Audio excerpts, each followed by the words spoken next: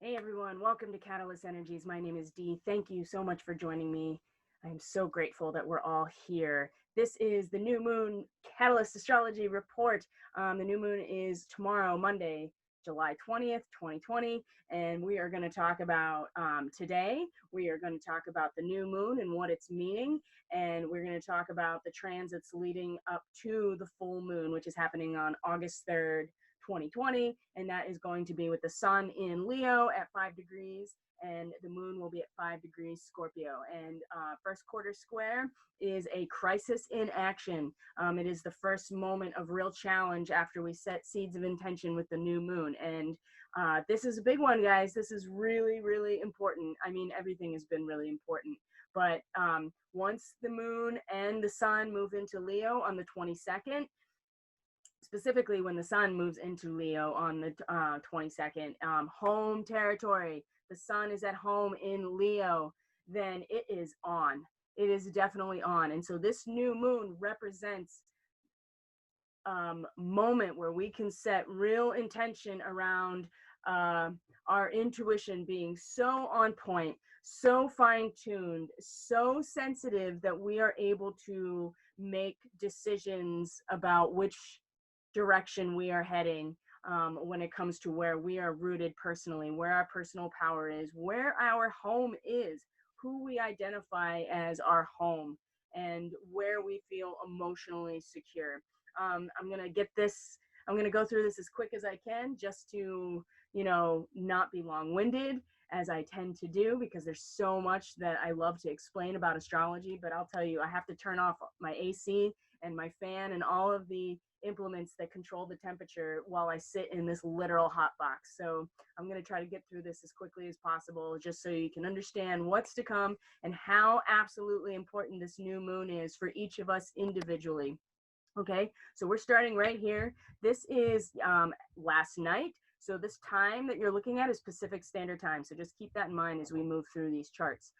So this was last night. So the moon is in conjunction with Mercury in Cancer. Really important that we are watching these Cancer or this Mercury transit through Cancer, okay? Especially right now, because the moon is going to go through territory today and into tomorrow that is going to be reflected in the next couple of days with Mercury and the weeks to follow, where Mercury is then going to go over the same territory in Cancer. So keep in mind that number one, the moon is at home in Cancer. That is home territory. The moon is the divine feminine archetype within each of us, okay? It is about our intuition. It is about the void space within each of us where we can create from. It is our subconscious realm. It is our feelings, our intuition, our personal experience of emotions, okay?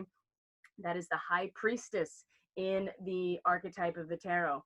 Now, Mercury, what does Mercury represent? Mercury is the realm of the mind. It is the magician in the tarot in terms of an archetype. This is the counterpart to the high priestess, okay? It is interesting because there is a masculine archetypal connection to the magician and to Mercury, but it's interesting because Mercury traditionally has been considered rather androgynous, spanning the entire spectrum of the archetypal gender, if you will.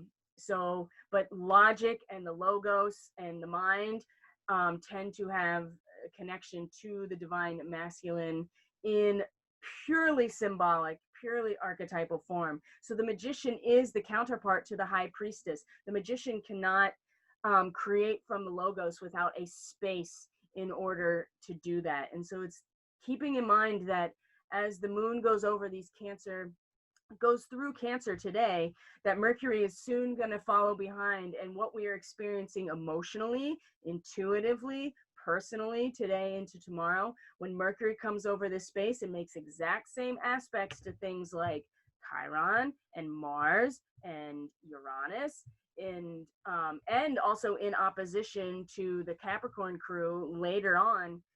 This is going to be reflected in the communication, in the realm of our mind, how we think about things, and our ability to manifest. So today, as we emotionally connect with things, just keep in mind that then Mercury is going to move over the exact same places and have the exact same connections to all these other planets. And that's when things are going to be very well, I wouldn't say understood, but conceptualized. It'll be something that we are able to bring into the space of the mind and manifest from. But today, with, like I said, the moon, this is all about the feeling and the intuition.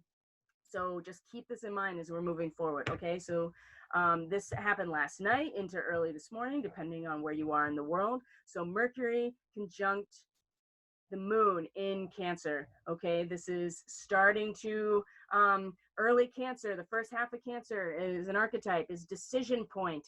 It is when we make a decision based on everything that we have come to learn in the Gemini aspect of things. And so now the moon is here in her home territory. She meets up with the magician. And so there's this activation moment when they come together, and then the moon moves on. Okay, so what else is happening last night into early this morning? Well, not only that, we have the moon. Oh, look at that. She also is square to Chiron in retrograde. So what's interesting is the moon is in Cancer, the archetypal mother, right? In square to Chiron, the mother wound, the original wounding of self. This is very interesting, especially with the degree that this is at. 10 degrees, I round up for the Sabian symbols. 10 degrees of Cancer is a raw diamond being cut into shape. Now, a diamond is incredibly strong. It's one of the most strong organic structures on the planet. It is nothing more than carbon atoms connected to each other in such a way that the bonds between them are so strong that you need incredible heat, you need incredible pressure, you need lasers and a grinding tool to really cut into diamond. And so the process of getting cut as a diamond is incredibly painful and arduous and difficult, but what you're getting out of it is being shaped into the highest version of yourself from its raw form. And so emotionally, we're connecting to this energy. We are feeling emotionally just subjected to the pressure and the heat and the energy to shape us emotionally. And it's in direct square to Chiron in Aries, the mother wound, the original wounding of who we are. And retrograde too. So this energy is completely turned in on the self. If you haven't noticed, we are in a time period now where we are having to look at ourselves and to do the work within to resolve this victim mentality and this connection to the victimhood that is related to Chiron, the wounded healer, as an archetype. So a lot of this stuff is coming out in the dream state. So people are, reporting a lot of crazy dreams. I know that my dreams are starting to ramp up again too, in terms of symbolism and the visceral nature of them, right? And so a lot of these, especially the moon, this is the dream realm, the subconscious. This is where our subconscious really comes out and is acted out and is our dream state. So a lot of this stuff is coming out, has already come out in the dream state. I just want to go over where things have been as we move into the new moon period. So we had the square to Chiron. And then from there, look at that. We're going to have a sextile, 60-degree angle with Uranus and Taurus. Uranus and Taurus, this is the path of the awakening. Uranus is the collective third eye, the higher octave of Mercury. Mercury is the mind of the individual. It is the action of the mind. Uranus is the gateway to the awakening, the third eye opening, and it's in Taurus. So it's suggesting here, and has been for a long time, that the awakening is happening in a material way, in the actual material, physical aspects of reality. So money, resources, energetic assets, and this is about cultivating the growth, Uranus. And it has not been easy. And it's continuously reminding us to go back to what we can do to cultivate our own resources, cultivate our own growth of consciousness. And with the moon sextile, this is a harmonious aspect that requires some sort of participation in order to get the most out of it, right? And so 11 degrees Cancer, this is a clown caricaturizing famous people. And it is representing the fact that we have now gotten to a point where we start to feel very emotionally secure and vulnerable and comfortable enough to be able to use humor to make fun of the aspects that um, to make fun of the aspects that are you know, we need to make fun of ourselves. We need to point out the absurdity. And a caricature is when we exaggerate already exaggerated features. And the clown is the trickster. It is sacred. It is the archetype of a figure that is pointing out the absurdity, and exaggerating it in order for us to look at it, and using humor specifically. So if we can use humor with ourselves, if we can have the emotional security to see the exaggerated absurdity of not only us but the world around us, this is really going to be supporting this larger collective awakening process that is cultivating our consciousness, cultivating our assets, cultivating the wealth of what it means to be in material form. Okay, so this is, again, all overnight. This is all happening. This has all been happening in the dream realm. Beyond that, look at this. Now we have the moon coming to square Mars in Aries. Mars in Aries, this degree, 13, then this is where the new moon is going to be happening. Mars will still be at this degree, 13 degrees of Aries. This is an unexploded bomb at a social protest. This is adolescent frustration. This is being frustrated with the fact that we can't change the status quo immediately.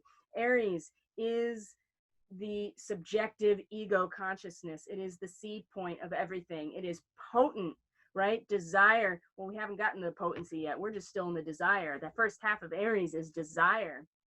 And at this 13 degrees, there's a desire to make change, but it's not based in anything other than this wanting to,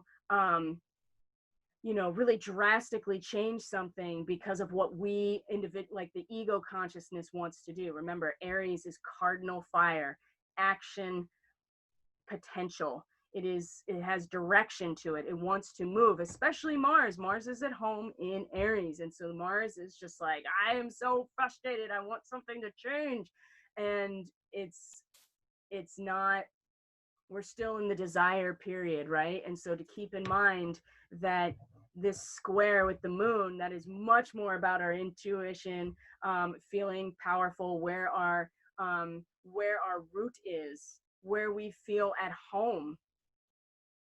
Squaring this energy, 13 degrees of Cancer, is we're starting to get to a point where we are coming to a full decision of where that root is and what makes us feel the most powerful and the most emotionally secure, because then we start consolidating that power.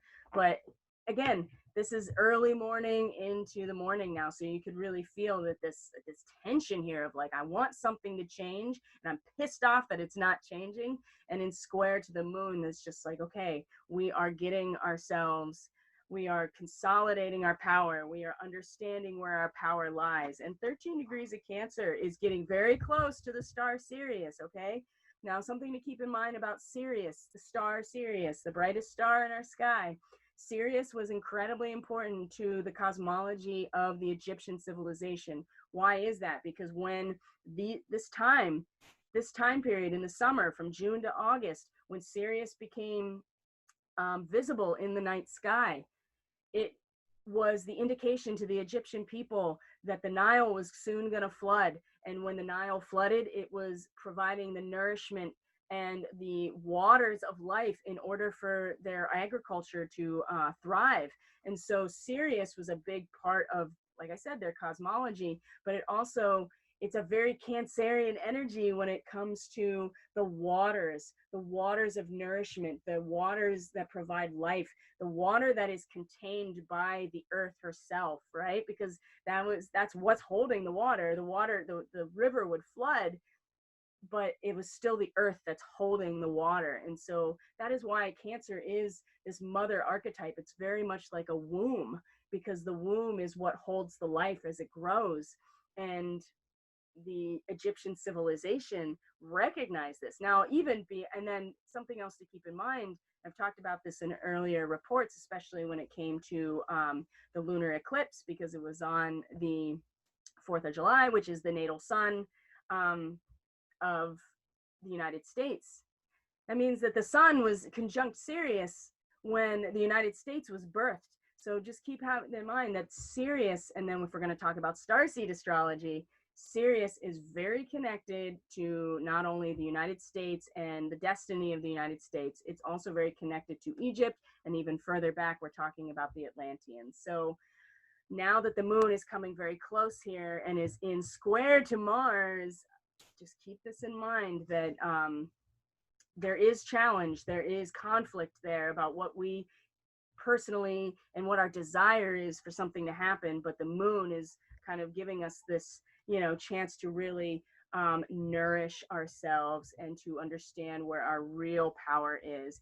And there's a lot of it's a lot about the power of the will in shaping our character rather than the power that Mars has of just pushing forward desire. So again, this has all already happened today. This is just the lead up into the new moon. So let's look at that actually. So tomorrow is the first. Tomorrow is the new moon. And as you see here, the moon is getting very close to the sun. So before that happens, let's go back a couple hours, because again, this will happen overnight when the moon in Cancer, even tonight in on the West Coast. There we go. So tonight into the very early hours of tomorrow, depending on where you are, the moon now trine Neptune in Pisces. You have these two water signs and these two, well, Neptune's a planet and the moon is a luminary. Both of them are in their home territory in water signs, and they are trying to each other leading up to the new moon. And what is this Sabian symbol? Well, for Cancer, it's a famous singer proving her virtuosity during an operatic performance, the emotional reward accompanying cultural excellence. The opera singer is representing not just her own or his own virtuosity, but is reflecting or performing a mythos for the audience, right?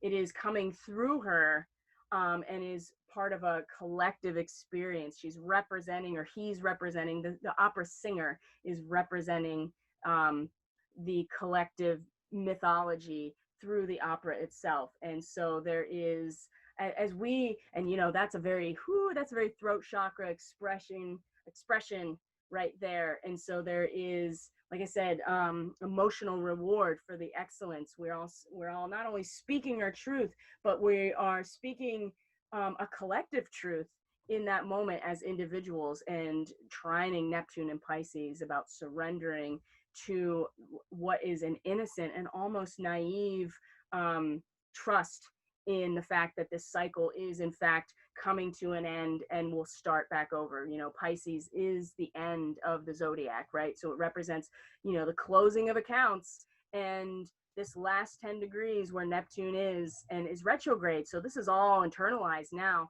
closing of accounts, the karma coming back around, and trusting that process. And there is a lot of, these two aspects are very much supporting each other right now. Well, tomorrow leading up to the new moon. So what is the new moon? So we'll also look at, before we get there, oh, look at that. So the moon is in opposition. The moon is going to oppose all this Capricorn stuff. So all of these planets in Capricorn, as we've talked about a billion times, all these planets in Capricorn, they're all retrograde. Jupiter, Pluto, Saturn, all retrograde in Capricorn. This is the old guard, right? Falling away. Jupiter retrograde. 22 degrees Capricorn is a relay race. Okay, this is the long game. And Jupiter retrograde, this is a shifting in leadership. This is an internalization of leadership. You have Pluto retrograde in Capricorn. This is the, oh my gosh, the fear of the death of the old guard, the resistance to it. And then Saturn in retrograde at home in Cancer as well. So this in particular is going to be very, very important, because it's going to be in direct opposition to this new moon. And Saturn in retrograde in Capricorn, I mean, this is a reality that we cannot escape. This is very real. And it becomes very real to each of us because Saturn is retrograde. And so it's even more obvious and we might be even internalizing it to a certain extent. Okay. The moon, like I said, in opposition to Jupiter, in opposition to Jupiter. Sorry, I got distracted because things like it's raining. Oh my gosh, when did that happen? Jupiter in retrograde, Jupiter retrograde in Capricorn in opposition. So what do we do with oppositions? Well, we find the balance point. We find the fulcrum. You don't want to get pulled into one direction or the other.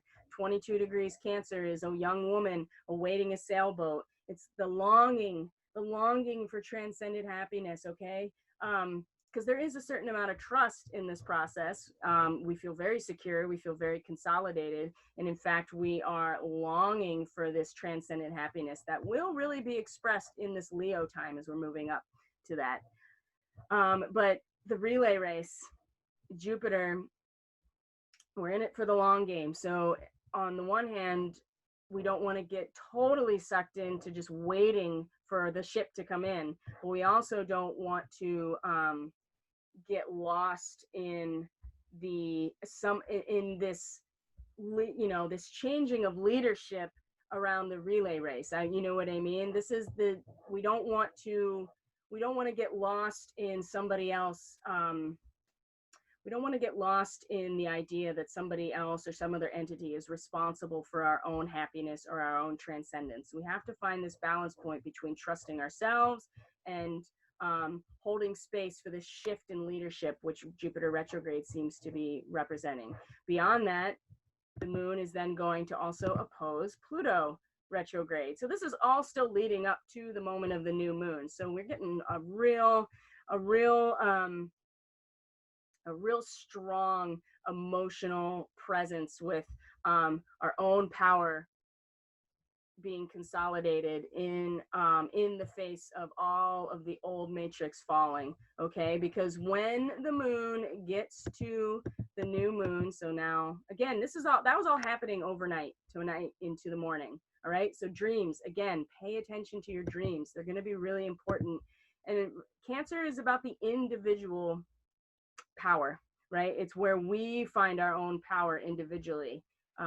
Whereas Capricorn is the collective power structures, which are in fact falling away. And we have to be able to identify where we each feel powerful. So as the moon comes into its conjunction with the sun at 29 degrees, look at this, 28 to 29 degrees Cancer. This is the degree.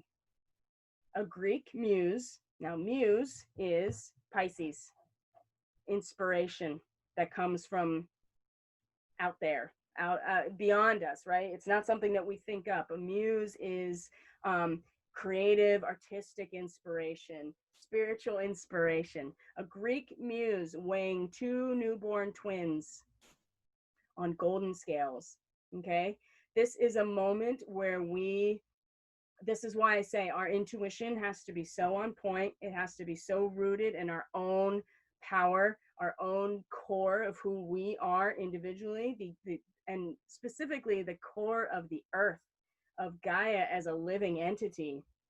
We have to be so plugged into that when we are presented with these options that appear to be brand new and exactly the same, that it is our intuition that allows us to to pick which we're going with. Because when we move into Leo, that is then where we fully express that choice, that decision, where our power has been consolidated. We express it outwards. Leo is the diva of the zodiac. It is center stage. It is total, full creative expression of the individual self, of the individual heart opening. So this moment, now I'm not saying that with this new moon, it is about in that moment making a decision. It is about setting the intention for the rest of this lunar cycle to fine tune that intuition so much that we are able to weigh those options, those newborn twins that seem exactly the same, weigh them, not by looking or not, and certainly not because it's in direct opposition to Saturn, right? That is cold, hard reality. So we have to be able to sit in that balance point with Saturn of the cold hard reality and still be able to tap into our deepest core of who we are, so that our intuition is able to guide us, right? And so setting the intention around that is going to be really the focus of this new moon, because then as the rest of this cycle, especially leading up to the full moon, which is going to be in Aquarius, it's which will be a moment where everything that is often hidden in the subconscious is going to be fully reflected by the light of a Leo sun. And so we will get to see, and we'll talk about that a lot more, that full moon, what that means. But this new moon is incredibly important to be able to get into the deepest part of our intuition and our core in order to use that, our inner sense of who we are, to make a decision, or at least consolidate our power enough to know which one is the which choice we want to make, right? And like I said, in direct opposition to Saturn retrograde in Capricorn, we cannot get around this. This is cold hard reality in his home sign too, so it's even more powerful with Saturn in opposition to this. Okay, so this is the new moon that is happening tomorrow morning, so we're just still talking up the lead up to this point. So getting to this point and being able to set some intention around that. So whatever that means to you, however, and this is why it's really important to know your chart, because then you can see what houses and how this is impacting your own personal chart, give you some direction of what areas of your life and how it is being impacted or impacting your soul's blueprint, right? Because everybody comes here with a blueprint of how their soul is meant to evolve in this lifetime. And so knowing your chart allows you to be mindful and to make empowered decisions on the parts of the areas of your life that these astrological aspects can impact. Okay, so as we move forward, let's just start moving through the week, because the first quarter square is going to happen on the 27th. So as we move through this time, so now our moon is in Leo, and that's going to be an emotional connection and an emotional experience, an intuitive subconscious experience of us attempting to and expressing our full version of who we are. Leo is so powerful. It is royal. It is sovereign. It is the king, right? It is the king. And so emotionally, we're going to start feeling this as well. And so let's see here. Now, remember I told you Mercury, here we go. Mercury now at that Cancer degree, 10 degrees Cancer, is going to also square Chiron. Now, where the moon was 2 days before this is Tuesday, right? Yes, Tuesday, the 21st, where the moon was today, this is going to be very apparent to us in the mind. So this square as well. And that means also going to sextile Uranus, and also going to then, wow, Mercury or Mars is moving pretty good. So Mercury's not going to square Mars until much later. Okay, where else do we have? And then Wednesday is the 22nd. Okay, this is another big day. This is when the sun moves into Leo. Not only that, the moon is at the last degrees of Leo. Okay, this is incredibly powerful. If you remember, this is where the total solar eclipse that happened in 2017, the great solar eclipse that was in its totality through the United States, that's where it happened, these late degrees of Leo. So just keep in mind that this is important. This is really important for those of you that are interested in President Trump's chart. This is getting very close to his ascendant, where Mars is conjunct. Okay, so there is going to be something happening here in terms of what his administration or he as a person is going to put into action, and is going to be very much connected to where we are all personally, emotionally, subconsciously, intuitively connected at that time. Okay, and with the sun moving into its home territory of Leo, it is on at this point. Okay, which is why this new moon is so important. We have to be able to fine tune our intuition so much that we know what direction, how we're going to express ourselves collectively, right? The sun is our ego consciousness expression, whereas Aries is the seed point of our ego. Leo is the combustion point. It is just, it expresses, right? That is combustion, you know, it's the actual release of the energy. Okay. At the same time, that's also, again, Mercury sextile Uranus in, so the caricaturization, the clown, the sacred clown is not only going to, now it's going to be the magician. Oh, this is some big trickster energy right here. Big. And in in sextile to Uranus, the great awakener, the revolutionary, this is some big trickster energy right here on the 22nd. Okay. Moving forward now. After this happens, that means what's going to happen? The moon is going to move into Virgo. This is a perfect opportunity for us to emotionally start getting ourselves organized, right? Virgo is about discipline. It is about purity. It is about organization. It is about analysis, meticulous.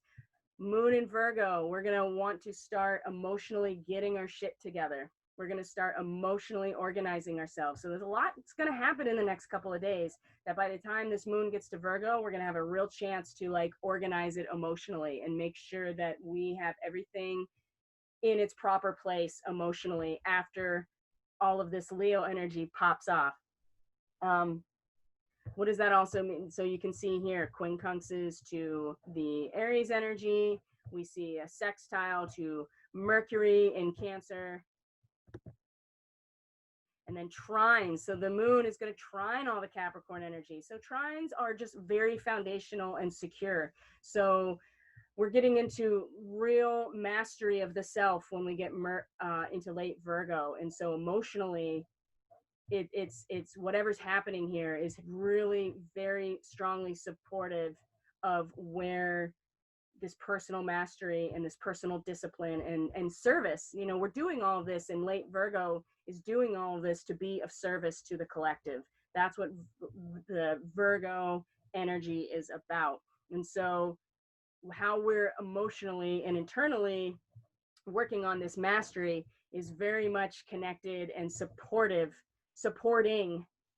It goes both ways, right? They're mutually supporting each other, all of this Capricorn energy as well. And these are two earth energies. So it's very real, and it's very physical and material at this point. It's just that Virgo is mutable earth, which means it's changeable. And that's where, again, magic comes in. Virgo, who's Virgo ruled by? Mercury, the magician, right? Earth magic, very much connected to this and supporting it as well. So how we do that magic on ourselves, that internal magic, that alchemy within ourselves is very much being supported by this matrix, this physical matrix, the old guard coming down and being restructured. Let's see what else here. That also means there's an opposition to Neptune and Pisces. That's not going to be easy. Not at all, because we want to be emotionally organized and know what the hell is going on. And Neptune and Pisces, just like, you just can't know what's going on. You just have to trust this process. So just keep that in mind. Again, oppositions, finding the center point, finding the fulcrum. And then we're going to move into Libra, the moon in Libra. We just want everybody to be happy in moon in Libra, and justice and fairness, right? Libra in the tarot is justice or adjustment, right? The scales. And so emotionally, we're going to want things to be balanced.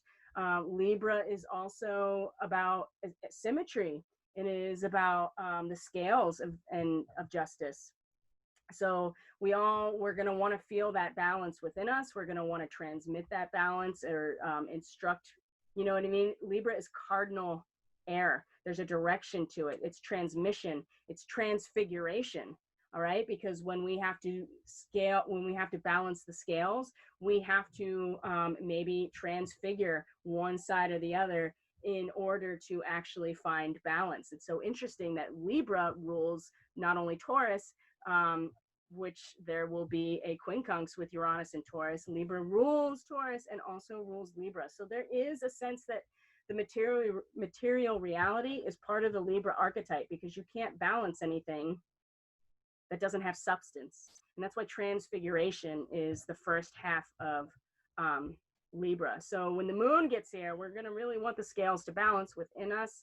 We're going to feel emotionally compelled to have balance within our relationships and justice. as well. And you can see here that this is in opposition to Chiron in Aries, and then we'll have an opposition to Mars in Aries. So again, there's going to be the push and pull here. Always finding the balance, always finding the balance, because as we move, we're going to move here. Look at this square, squaring all of this energy again. It's not going to feel good. It's definitely going to be a challenge. We're going to want to have some justice and fairness within, emotionally too. And it is just going to be a real challenge to what is happening over here in Capricorn, because then from here we have the first quarter square. Look at that square. It's going to actually be at 5 degrees Leo, 5 degrees Scorpio.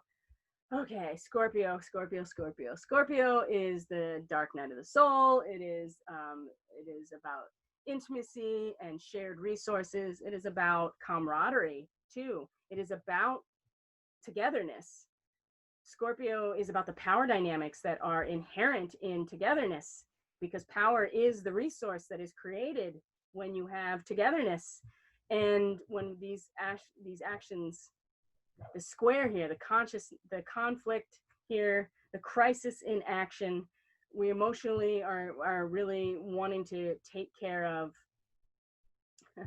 5 degrees, it's going to be at 4 degrees in 55 minutes. So 5 degrees of Scorpio is saving a drowning man.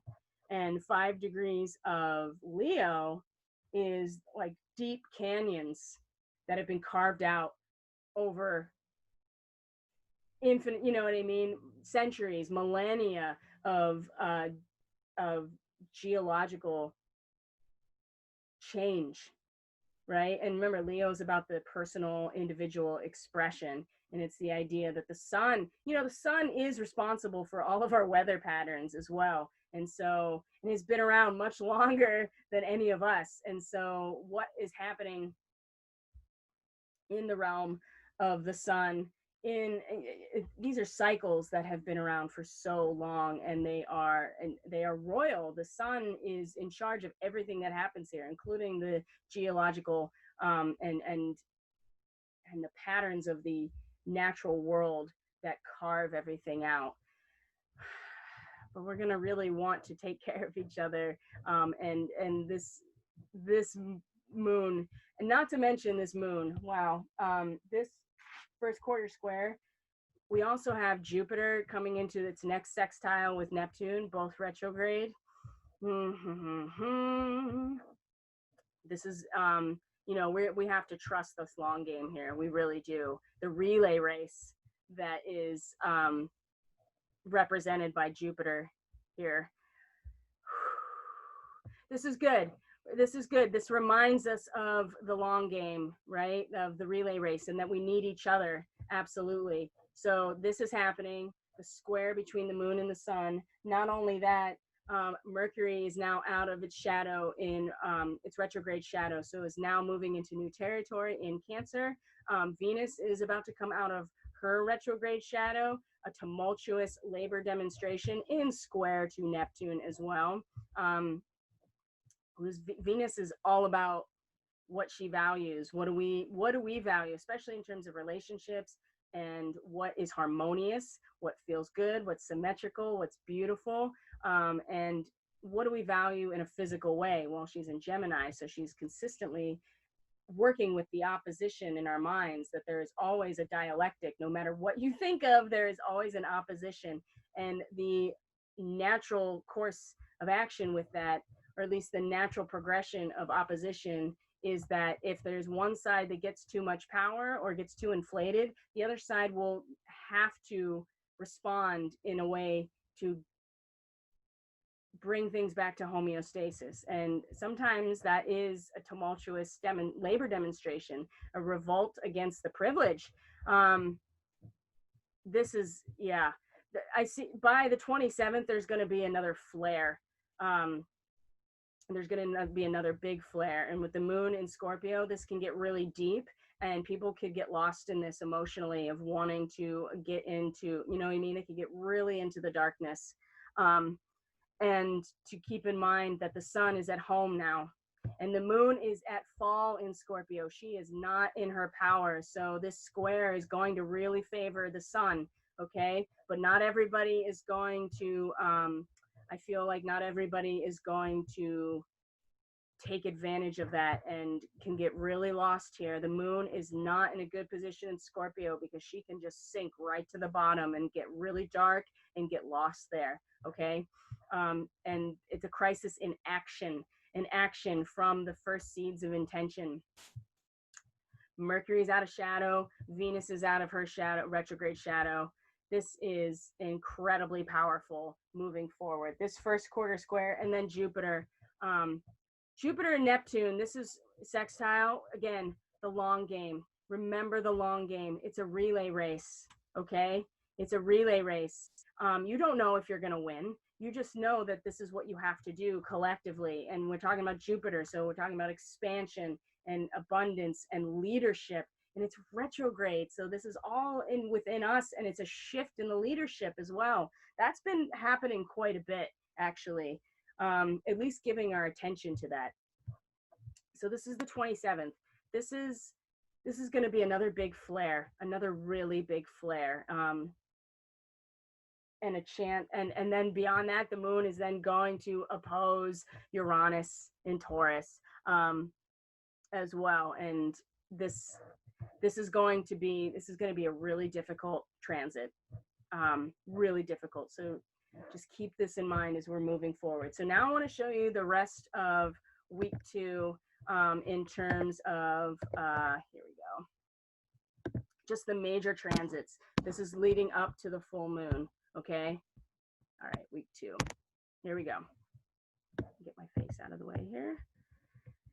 Okay, so the 28th, we got our moon in Scorpio. Look at this. We got trine to Mercury, and a trine to Mercury. And I'm going to go over all the moon transits in the daily, so I'm not going to get into this here. I'm just showing you where we're going. Moon in Scorpio, 29th. Moon moves into Sagittarius. Look at this grand trine. Moon to Chiron to the sun in Leo. Wow. This is going to blow. This is, wow. Because, you know, the moon in Sag, this is about, Sagittarius is about truth and belief, and the first half of Sagittarius is all abstraction. It is about understanding. It is about the alchemy of understanding. And the moon here, and then you have Chiron too, the wounded healer, and then the sun, Leo. This is going to be just crazy. Wow, this grand trine, and they are completely supporting each other. So this is going to be so much fire, so much fire.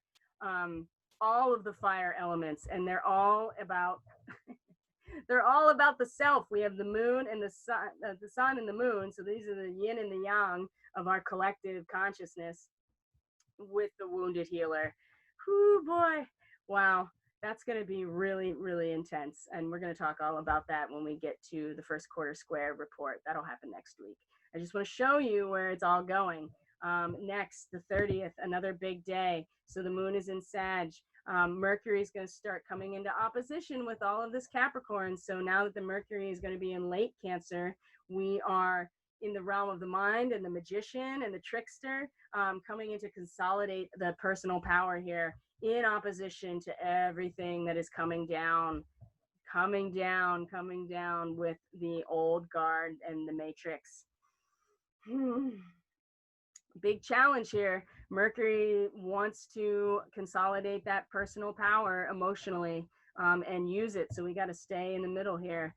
The other thing is that it's trine. So thankfully, trine to Neptune in Pisces. So more water energy, a lot of emotional energy in this chart right now, and a lot of fire and water, and a lot of earth with the Capricorn. But we only got Uranus and Taurus right now that is holding it down over here. And it's not even holding it down. It's just a constant wake up process. And then Venus is also quincunx in conjunct to Pluto retrograde. So she's just getting way more, she's just constantly just back and forth, just working with duality constantly. This does not fit at all with where Pluto is. And so that's another moment of adjustment there, to just keep that in mind. There's no way to resolve this either. This is an inconjunct. This is square peg in a round hole energy. So you just got to sit with it and see where you need to make an adjustment. The 31st, the moon moves into Capricorn. The sun trines Chiron. The sun in Leo, especially, let's move it just a little bit to show you.